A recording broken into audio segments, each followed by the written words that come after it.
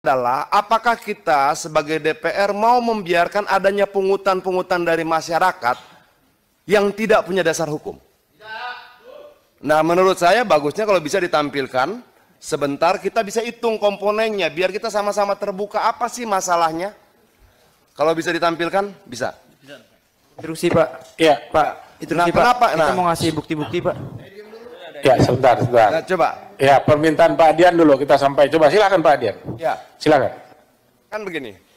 Ya, mic-nya yang hidup dimatikan dulu. Coba silakan Pak Dian. Ya, kan misalnya mereka dapat order Rp30.000. Lalu dipotonglah 30%, 40%, 50% untuk aplikator dari apa nilai order itu. Ada nggak potongan lain? Ada. Tapi bukan dari mereka. Tapi dari konsumen. Itu namanya biaya layanan dan biaya aplikasi. Dua. Yang kalau ditotal bisa di atas Rp10.000. Ini, biaya layanan plus biaya jasa aplikasi. Dasar hukum ini apa? Dasar hukum 20% ada. Tapi dasar hukum ini apa? Rp15.300 dari tagihan Rp36.000. Ini dari konsumen. Dari pemesan. Dari pemesan diambil sekian, dari driver diambil sekian. Itu loh. Jadi kalau kemudian begini pimpinannya, kalau kemudian misalnya dari driver dia dapat Rp10.000 per orderan, lalu dari konsumen dia dapat Rp10.000, kita kalikan dengan jumlah driver mereka dan jumlah merchant mereka 4,2, berarti mereka dapatkan paling tidak 92 miliar per hari. Nah, kalau kita tidak pahami ini pimpinan, saya takutnya kita akan membicarakan hal yang nggak tepat. Bahwa ini bukan cuma persoalan potongan 10%, betul ya? Tapi juga ada biaya aplikasi. Logikanya bagaimana? Ketika driver itu dipesan, kan aplikasi sudah dibayar. Artinya aplikasi ini dibayar oleh dua, konsumen maupun driver. Oke, kita coba melihat begini, 3, 4, 5 tahun ke depan, agar ketika kita mendorong regulasi, kita bisa punya prediksi. Oh, kira-kira begini. Di India, sekarang tidak ada lagi potongan komisi. Yang ada apa? Yang ada driver berlangganan aplikasi. Seperti kita berlangganan berita Tempo, berlangganan berita Kompas, sama seperti itu. Nah, potongan langganan ini berlaku tetap. Nah, itulah nanti masa depan driver online hubungannya dan aplikasi. Sangat logis, tapi saya tidak mau kita bisa diskusi panjang soal itu tentang masa depan driver online dan transportasi online. Tapi saya mau masuk kemari. Coba dibuka lagi yang tadi.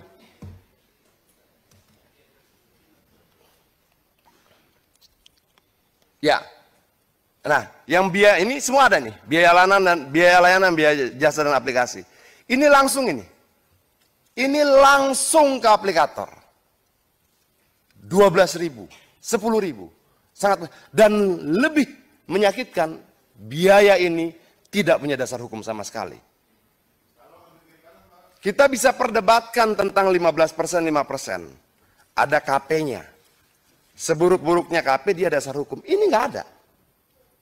Dan negara ini biarkan ini terjadi bertahun-tahun. Ini aneh menurut saya. Kita sepertinya hidup bernegara tanpa negara. Jadi poin berikutnya pimpinan, saya minta ini dicabut. Tidak boleh ada. Tidak boleh ada biaya layanan dan biaya jasa aplikasi. Dalam konferensi pers aplikator kemarin disampaikan bahwa dasar mereka menggunakan ini hanya karena di negara lain dipakai. Tapi peristiwa di negara lain itu bukan dasar hukum buat Indonesia. Itu. Jadi tidak cuma 10% tapi ini juga. Nah, berikutnya pimpinan itu yang slot Aceng yang mereka sampaikan begini. Ini kita bicara algoritma. Algoritma itu bisa ngatur siapa yang dapat order, siapa yang tidak. Untuk dapat order, mereka bayar lagi Rp20.000 per hari. Sudah mereka dapat bayar Rp20.000 per hari, lalu konsumen memesan, dipotong lagi. Persentasenya 20% minimal sampai 50%. Pernah nggak kita lakukan audit investigatif untuk keuangan ini?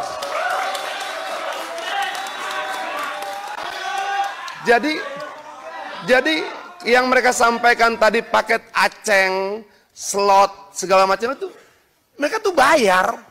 Mereka bayar untuk dapatkan order prioritas. Di luar potongan. Kejam sekali pimpinan. Jadi mereka beli itu. Yang selama ini terpublikasi, potongan-potongan tidak.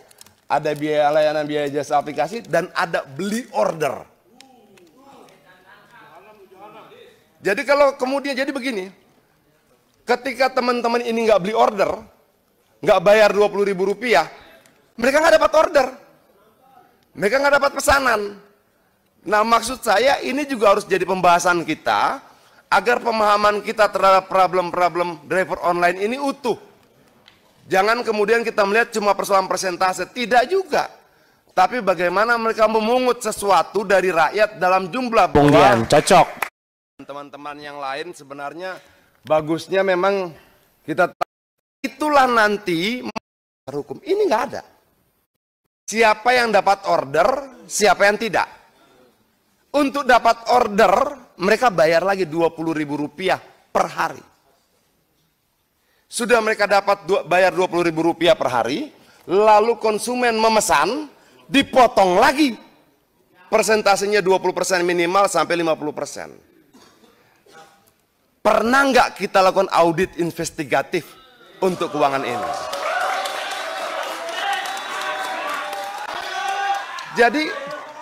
Jadi yang mereka sampaikan tadi paket aceng, slot, segala macam itu, mereka tuh bayar. Mereka bayar untuk dapatkan order prioritas. Di luar potongan. Kejam sekali pimpinan. Jadi mereka beli itu. Yang selama ini terpublikasi, potongan-potongan tidak. Ada biaya layanan, biaya jasa aplikasi, dan ada beli order. Jadi kalau kemudian jadi begini,